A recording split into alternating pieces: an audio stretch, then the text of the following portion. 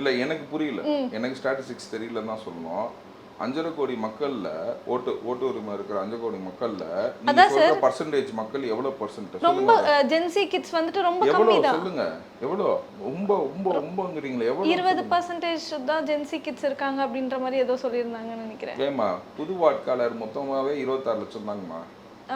அப்பனா எவ்வளவுமா 5.5 கோடிக்கு எவ்வளவுமா 26 லட்சம்னா ரொம்ப அப்ப நான் பெர்சன்டேஜ் எனக்கு மேக்ஸ் தெரியாது சார். இன்னும் கம்மியா இருக்கு. அதான் உங்களுக்கு தெரியல சார்னு சொல்லாதீங்க. அதுல ஓட்டு போட்டது எவ்வளவு பேர்? 14 லட்சம் பேர். புரிஞ்சுங்களா?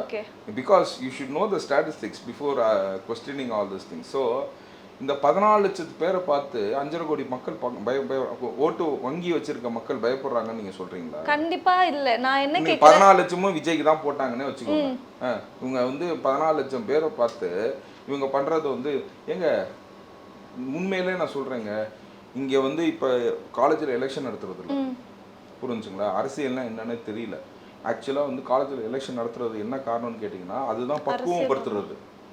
ஓகேங்களா? ஸ்கூல்ல வந்து எலெக்ஷன் வைப்பாங்க. அப்போ கேட்டிங்கன்னா வந்து பார்த்தீங்கன்னா 11th 12th we have to support, we have to house. இப்போனா வந்து என்ன அப்பாயின்மெண்ட் ஆச்சி மசாலா எந்த சமையலும் ருசி தேடும் ரகசியம் 20 ரூபாய்